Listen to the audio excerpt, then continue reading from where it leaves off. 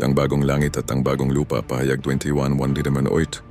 Pagkatapos nito nakita ko ang bagong langit at ang bagong lupa. Naglaho na ang dating langit at lupa, pati na rin ang dagat.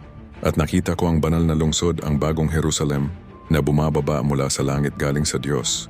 Ang lungsod na iyon ay tulad ng isang babaeng ikakasal, handang-handa na, at gayak na gayak sa pagsalubong sa lalaking mapapangasawa niya. Narinig ko ang isang malakas na sigaw mula sa trono. Ngayon ang tahanan ng Diyos ay nasa piling na ng mga tao. Mananahan na siyang kasama nila.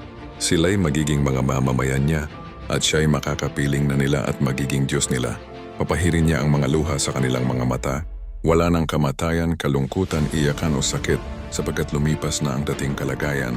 At sinabi ng nakaupo sa trono, "Binabago ko na ngayon ang lahat ng bagay." At sinabi niya sa akin, "Isulat mo ang sinasabi ko dahil totoo ito at maaasahan." At sinabi pa niya, "Naganap na ang lahat. Ako ang Alpha at ang Omega, na ang ibig sabihin ang simula at ang katapusan ng lahat. Ang sino mang nauuhaw ay paiinumin ko ng walang bayad sa bukal na nagbibigay ng buhay na walang hanggan. Ang mga magtatagumpay ay gagawin kong mga anak ko, at ako'y magiging Diyos nila."